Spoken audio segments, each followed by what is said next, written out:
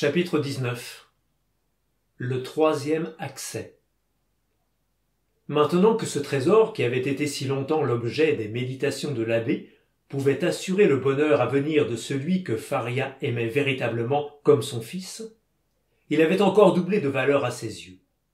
Tous les jours, il s'appesantissait sur la quotité de ce trésor, expliquant à Dantès tout ce qu'avec 13 ou 14 millions, un homme, dans nos temps modernes, pouvait faire de bien à ses amis.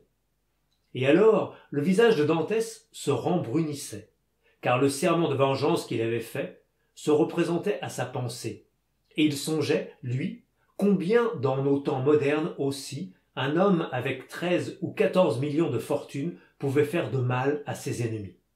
L'abbé ne connaissait pas l'île de Monte Cristo, mais Dantès la connaissait. Il avait souvent passé devant cette île, située à 25 milles de Pianosa, entre la Corse et l'île d'Elbe, et une fois même, il y avait relâché. Cette île avait toujours été, et est encore complètement déserte. C'est un rocher de forme presque conique, qui semble avoir été poussé par quelque cataclysme volcanique du fond de l'abîme à la surface de la mer. Dantès faisait le plan de l'île à Faria, et Faria donnait des conseils à Dantès sur les moyens à employer pour retrouver le trésor. Mais Dantès était loin d'être aussi enthousiaste et surtout aussi confiant que le vieillard. Certes, il était bien certain maintenant que Faria n'était pas fou, et la façon dont il était arrivé à la découverte qui avait fait croire à sa folie redoublait encore son admiration pour lui. Mais aussi, il ne pouvait croire que ce dépôt, en supposant qu'il eût existé, exista encore, et quand il ne regardait pas le trésor comme chimérique, il le regardait du moins comme absent. Cependant, comme si le destin eût voulu ôter aux prisonniers leurs dernières espérances et leur faire comprendre qu'ils étaient condamnés à une prison perpétuelle, un nouveau malheur les atteignit. La galerie du bord de la mer, qui depuis longtemps menaçait ruine, avait été reconstruite. On avait réparé les assises et bouché avec d'énormes quartiers de roc le trou déjà à demi comblé par Dantès. Sans cette précaution, qui avait été suggérée, on se le rappelle au jeune homme par l'abbé, leur malheur était bien plus grand encore, car on découvrait leur tentative d'évasion, et on les séparait indubitablement. Une nouvelle porte plus forte, plus inexorable que les autres, s'était donc encore refermée sur eux. « Vous voyez bien, disait le jeune homme avec une douce tristesse à Faria, que Dieu veut m'ôter jusqu'au mérite de ce que vous appelez mon dévouement pour vous. Je vous ai promis de rester éternellement avec vous, et je ne suis plus libre maintenant de ne pas tenir ma promesse. Je n'aurai pas plus le trésor que vous, et nous ne sortirons d'ici ni l'un ni l'autre. Au reste, mon véritable trésor, voyez-vous, mon ami, ce n'est pas celui qui m'attendait sous les sombres murailles de Monte Cristo, c'est votre présence. C'est notre cohabitation de 5 ou 6 heures par jour, malgré nos geôliers. Ce sont ces rayons d'intelligence que vous avez versés dans mon cerveau. Ces langues que vous avez implantées dans ma mémoire, et qui y poussent avec toutes leurs ramifications philologiques. Ces sciences diverses que vous m'avez rendues si faciles par la profondeur de la connaissance que vous en avez et la netteté des principes où vous les avez réduites. Voilà mon trésor, ami. Voilà en quoi vous m'avez fait riche et heureux. Croyez-moi et consolez-vous. Cela vaut mieux pour moi que des tonnes d'or et des caisses de diamants, ne fussent-elles pas problématiques comme ces nuages que l'on voit le matin flotter sur la mer, que l'on prend pour des terres fermes et qui s'évaporent, se volatilisent et s'évanouissent à mesure qu'on s'en approche.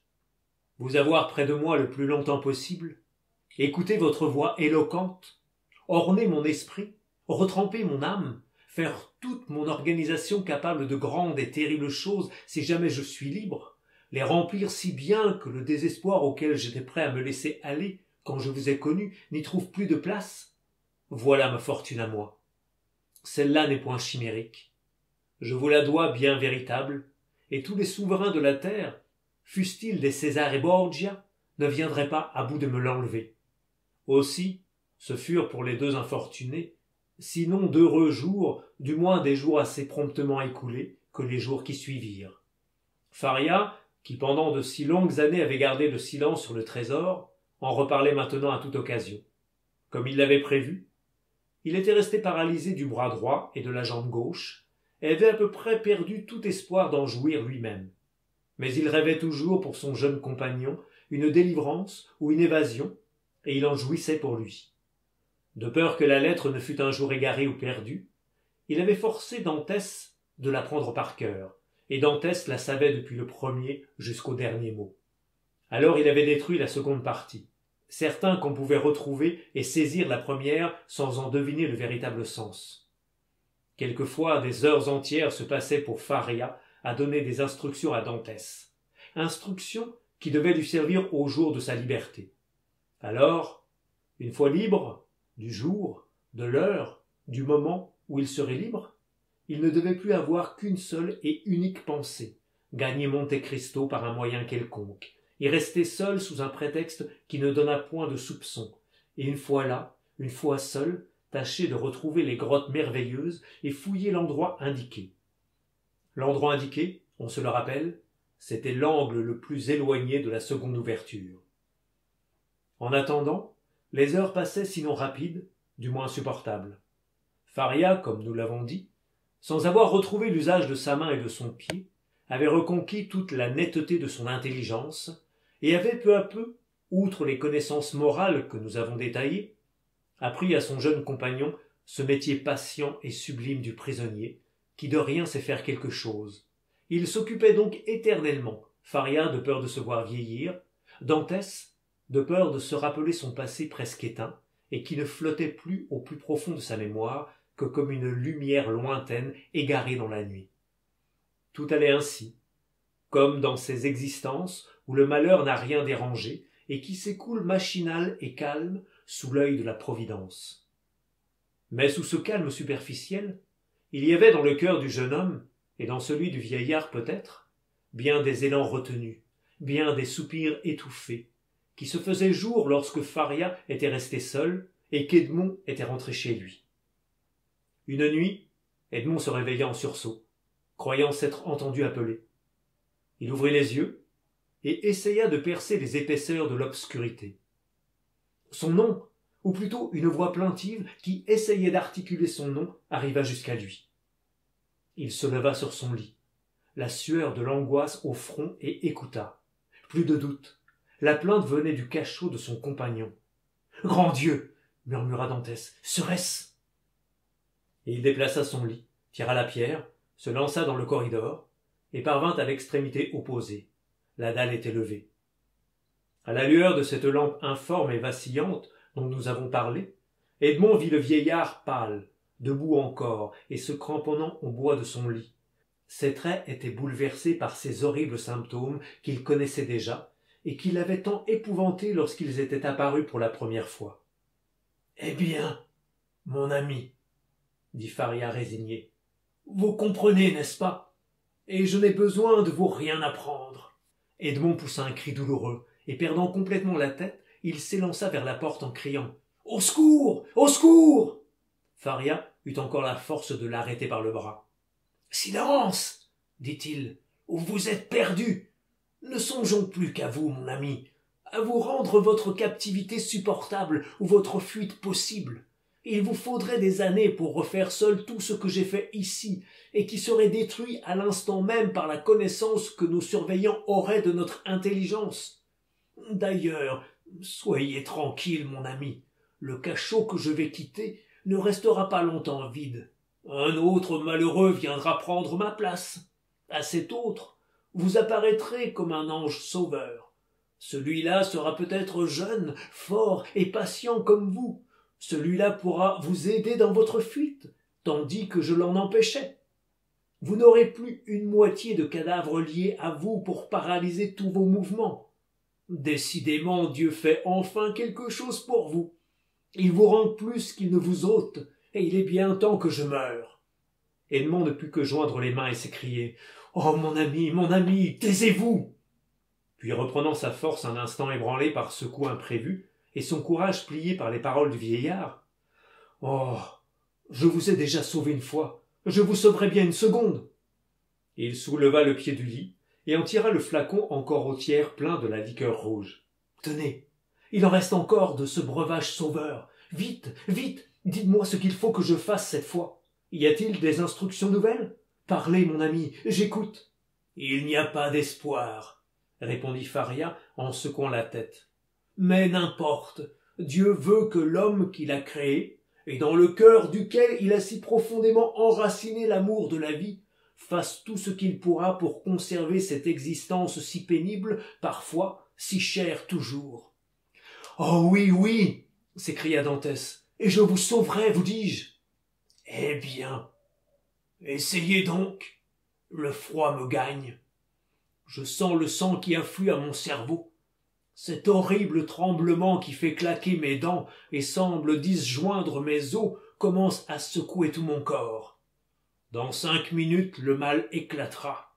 Dans un quart d'heure, il ne restera plus de moi qu'un cadavre. Oh! S'écria Dantès, le cœur navré de douleur. Vous ferez comme la première fois. Seulement, vous n'attendrez pas si longtemps. Tous les ressorts de la vie sont bien usés à cette heure, et la mort, continua-t-il en montrant son bras et sa jambe paralysée, n'aura plus que la moitié de sa besogne à faire. Si après m'avoir versé 12 gouttes dans la bouche au lieu de 10, vous voyez que je ne reviens pas, alors vous verserez le reste. Maintenant, portez-moi sur mon lit, car je ne puis plus me tenir debout. Edmond prit le vieillard dans ses bras et le déposa sur le lit. Maintenant, ami, dit Faria, seule consolation de ma vie misérable, vous que le ciel m'a donné un peu tard, mais enfin qu'il m'a donné, présent inappréciable et dont je le remercie. Au moment de me séparer de vous pour jamais, je vous souhaite tout le bonheur, toute la prospérité que vous méritez. Mon fils, je vous bénis. Le jeune homme se jeta à genoux, appuyant sa tête contre le lit du vieillard. Mais surtout, écoutez bien ce que je vous dis à ce moment suprême. Le trésor d'Espada existe. Dieu permet qu'il n'y ait plus pour moi ni distance, ni obstacle. Je le vois au fond de la seconde grotte, mes yeux percent les profondeurs de la terre et sont éblouis de tant de richesses. Si vous parvenez à fuir, rappelez-vous que le pauvre abbé que tout le monde croyait fou ne l'était pas. Courez à Monte Cristo, profitez de notre fortune, profitez-en. Vous avez assez souffert. Une secousse violente interrompit le vieillard. Dantès releva la tête. Il vit les yeux qui s'injectaient de rouge. On eût dit qu'une vague de sang venait de monter de sa poitrine à son front. « Adieu, adieu !» murmura le vieillard, en pressant convulsivement la main du jeune homme. « Adieu !»« Oh, pas encore, pas encore !» s'écria celui-ci. « Ne nous abandonnez pas, oh mon Dieu, secourez-le, à l'aide, à moi !»« Silence, silence !» murmura le moribond. « Qu'on ne nous sépare pas, si vous me sauvez. » « Vous avez raison. Ah oui, oui, soyez tranquille, je vous sauverai. D'ailleurs, quoique vous souffriez beaucoup, vous paraissez souffrir moins que la première fois. »« Oh, détrompez-vous. Je souffre moins parce qu'il y a en moi moins de force pour souffrir. À votre âge, on a la foi dans la vie. C'est le privilège de la jeunesse de croire et d'espérer. Mais les vieillards voient plus clairement la mort. Oh, la voilà. Elle vient. C'est fini. Ma vue se perd. Ma raison s'enfuit. Votre main, Dantès. Adieu. Adieu. » Et se relevant par un dernier effort dans lequel il rassembla toutes ses facultés. « Monte Cristo. N'oubliez pas Monte Cristo. » Et il retomba sur son lit. La crise fut terrible. Des membres tordus, des paupières gonflées, une écume sanglante, un corps sans mouvement, voilà ce qui resta sur ce lit de douleur à la place de l'être intelligent qui s'y était couché un instant auparavant. Dantès prit la lampe, la posa au chevet du lit sur une pierre qui faisait saillie, et d'où sa lueur tremblante éclairait d'un reflet étrange et fantastique ce visage décomposé et ce corps inerte et raidi.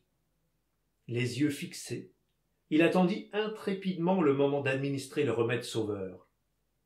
Lorsqu'il crut le moment arrivé, il prit le couteau, desserra les dents qui offrirent moins de résistance que la première fois, compta l'une après l'autre 10 gouttes et attendit. La fiole contenait le double encore à peu près de ce qu'il avait versé. Il attendit 10 minutes, un quart d'heure, une demi-heure. Rien ne bougea. Tremblant, les cheveux raidis, le front glacé de sueur, il comptait les secondes par les battements de son cœur. Alors il pensa qu'il était temps d'essayer la dernière épreuve. Il approcha la fiole des lèvres violettes de Faria et, sans avoir besoin de desserrer les mâchoires, restées ouvertes, il versa toute la liqueur qu'elle contenait. Le remède produisit un effet galvanique. Un violent tremblement secoua les membres du vieillard. Ses yeux se rouvrirent effrayants à voir. Il poussa un soupir qui ressemblait à un cri, puis tout ce corps frissonnant rentra peu à peu dans son immobilité. Les yeux seuls restèrent ouverts. Une demi-heure, une heure et demie s'écoulèrent. Pendant cette heure et demie d'angoisse, Edmond, penché sur son ami, la main appliquée à son cœur, sentit successivement ce cœur se refroidir et ce cœur éteindre son battement de plus en plus sourd et profond. Enfin, rien ne survécut. Le dernier frémissement du cœur cessa, la face devint livide, les yeux restèrent ouverts, mais le regard se ternit. Il était 6 heures du matin. Le jour commençait à paraître, et son rayon blafard envahissant le cachot faisait pâlir la lumière mourante de la lampe. Des reflets étranges passaient sur le visage du cadavre, lui donnant de temps en temps des apparences de vie. Tant que dura cette lutte du jour et de la nuit, Dantès put douter encore, mais dès que le jour eut vaincu, il comprit qu'il était seul avec un cadavre. Alors une terreur profonde et invincible s'empara de lui. Il n'osa plus presser cette main qui pendait hors du lit. Il n'osa plus arrêter ses yeux sur ces yeux fixes et blancs qu'il essaya plusieurs fois, mais inutilement de fermer, et qui se rouvraient toujours. Il éteignit la lampe, la cacha soigneusement et s'enfuit, replaçant de son mieux la dalle au-dessus de sa tête. D'ailleurs, il était temps. Le geôlier allait venir. Cette fois, il commença sa visite par Dantès. En sortant de son cachot, il allait passer dans celui de Faria, auquel il portait à déjeuner et du linge. Rien d'ailleurs n'indiquait chez cet homme qu'il eût connaissance de l'accident arrivé. Il sortit. Dantès fut alors pris d'une indicible impatience de savoir ce qui allait se passer dans le cachot de son malheureux ami. Il rentra donc dans la galerie souterraine et arriva à temps pour entendre les exclamations du porte-clés qui appelait à l'aide. Bientôt les autres porte-clés entrèrent, puis on entendit ce pas lourd et régulier habituel aux soldats, même hors de leur service. Derrière les soldats arriva le gouverneur. Edmond entendit le bruit du lit sur lequel on agitait le cadavre. Il entendit la voix du gouverneur qui ordonnait de lui jeter de l'eau au visage et qui, voyant que malgré cette immersion, le prisonnier ne revenait pas, envoya chercher le médecin. Le gouverneur sortit, et quelques paroles de compassion parvinrent aux oreilles de Dantès, mêlées à des rires de moquerie. « Allons, allons, disait l'un, le fou a été rejoindre ses trésors, bon voyage !»« Il n'aura pas avec tous ces millions de quoi payer son linceul, disait l'autre. « Oh !» reprit une troisième voix, « les linceuls du château d'If ne coûtent pas cher. »« Peut-être, dit un des premiers interlocuteurs. Comme c'est un homme d'église, on fera quelques frais en sa faveur. »« Alors, il aura les honneurs du sac. » Edmond écoutait, ne perdait pas une parole, mais ne comprenait pas grand-chose à tout cela. Bientôt les voix s'éteignirent, et il lui sembla que les assistants quittaient la chambre. Cependant, il n'osa y rentrer. On pouvait avoir laissé quelques porte-clés pour garder le mort. Il resta donc muet, immobile et retenant sa respiration. Au bout d'une heure à peu près, le silence s'anima d'un faible bruit qui alla croissant. C'était le gouverneur qui revenait, suivi du médecin et de plusieurs officiers. Il se fit un moment de silence. Il était évident que le médecin s'approchait du lit et examinait le cadavre. Bientôt, les questions commencèrent. Le médecin analysa le mal auquel le prisonnier avait succombé et déclara qu'il était mort. Questions et réponses se faisaient avec une nonchalance qui indignait Dantès. Il lui semblait que tout le monde devait ressentir pour le pauvre abbé une partie de l'affection qu'il lui portait. « Je suis fâché de ce que vous m'annoncez là, » dit le gouverneur, répondant à cette certitude manifestée par le médecin que le vieillard était bien réellement mort. C'était un prisonnier doux, inoffensif, réjouissant avec sa folie, et surtout facile à surveiller. « Oh !» reprit le porte-clés. On aurait pu ne pas le surveiller du tout. Il serait bien resté 50 ans ici, j'en réponds. Celui-là, sans essayer de faire une seule tentative d'évasion. Cependant, reprit le gouverneur, je crois qu'il serait urgent, malgré votre conviction, non pas que je doute de votre science, mais pour ma propre responsabilité, de nous assurer que le prisonnier est bien réellement mort. Il se fit un moment de silence absolu, pendant lequel Dantès, toujours aux écoutes, estima que le médecin examinait et palpait une seconde fois le cadavre. « Vous pouvez être tranquille, dit alors le médecin. Il est mort. C'est moi qui vous en réponds. Vous savez, monsieur, reprit le gouverneur en insistant, que nous ne nous contentons pas, dans les cas pareils à celui-ci, d'un simple examen. Malgré toutes les apparences, veuillez donc achever la besogne en remplissant les formalités prescrites par la loi. Que l'on fasse chauffer les fers, dit le médecin. Mais en vérité, c'est une précaution bien inutile. Cet ordre de chauffer les fers fit frissonner Dantès. On entendit des pas empressés, le grincement de la porte, quelques allées et venues intérieures, et quelques instants après, un guichetier rentra en disant « Voici le brasier avec un fer !» Il se fit alors un silence d'un instant, puis on entendit le frémissement des chairs qui brûlaient, et dont l'odeur épaisse et nauséabonde perça le mur même derrière lequel Dantès écoutait avec horreur. À cette odeur de chair humaine carbonisée, la sueur jaillit du front du jeune homme, et il crut qu'il allait s'évanouir. « Vous voyez, monsieur, qu'il est bien mort, » dit le médecin. « Cette brûlure au talon est décisive. Le pauvre fou est guéri de sa folie et délivré de sa captivité. Ne s'appelait-il pas Faria ?» demanda un des officiers qui accompagnaient le gouverneur. « Oui, monsieur, et à ce qu'il prétendait, c'était un vieux nom. D'ailleurs, il était fort savant et assez raisonnable même sur tous les points qui ne touchaient pas à son trésor, mais sur celui-là, il faut l'avouer, il était intraitable. C'est l'affection que nous appelons la monomanie, dit le médecin. Vous n'aviez jamais eu à vous plaindre de lui, demanda le gouverneur au geôlier chargé d'apporter les vivres de l'abbé. Jamais, monsieur le gouverneur, répondit le geôlier. Oh, jamais, au grand jamais, au contraire. Autrefois même, il m'amusait fort en me racontant des histoires. Un jour que ma femme était malade, il m'a même donné une recette qui la guérit. Ah ah, fit le médecin. J'ignorais que j'eusse affaire à un collègue. J'espère, monsieur le gouverneur, ajouta-t-il en riant, que vous le traiterez en conséquence. Oui, oui, soyez tranquille. Il sera décemment enseveli dans le sac le plus neuf qu'on pourra trouver. Êtes-vous content? Devons-nous accomplir cette dernière formalité devant vous, monsieur? Demanda un guichetier. Sans doute, mais qu'on se hâte. Je ne puis rester dans cette chambre toute la journée. De nouvelles allées et venues se firent entendre. Un instant après, un bruit de toile froissée parvint aux oreilles de Dantès. Le lit cria sur ses ressorts. Un pas alourdi comme celui d'un homme qui soulève un fardeau s'appesantit sur la dalle, puis le lit cria de nouveau sous le poids qu'on lui rendait. « À ce soir !» dit le gouverneur. « Y aura-t-il une messe ?»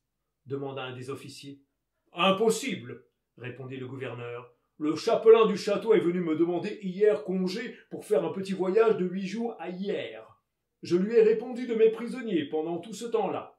Le pauvre abbé n'avait qu'à ne pas tant se presser, et il aurait eu son requiem. »« Bah, bah !» dit le médecin, avec l'impiété familière aux gens de sa profession. « Il est homme d'église. Dieu aura égard à l'État et ne donnera pas à l'enfer le méchant plaisir de lui envoyer un prêtre. » Un éclat de rire suivit cette mauvaise plaisanterie. Pendant ce temps, l'opération de l'ensevelissement se poursuivait. « À ce soir !» dit le gouverneur lorsqu'elle fut finie. « À quelle heure ?» demanda le guichetier. « Mais vers 10 ou 11 heures. »« Veillera-t-on le mort ?»« Pourquoi faire ? On fermera le cachot comme s'il était vivant, voilà tout. » Alors les pas s'éloignèrent. Les voix allèrent s'affaiblissant. Le bruit de la porte avec sa serrure criarde et ses verrous grinçants se fit entendre. Un silence plus morne que celui de la solitude, le silence de la mort, envahit tout, jusqu'à l'âme glacée du jeune homme. Alors, il souleva lentement la dalle avec sa tête et jeta un regard investigateur dans la chambre. La chambre était vide. Dantès sortit de la galerie.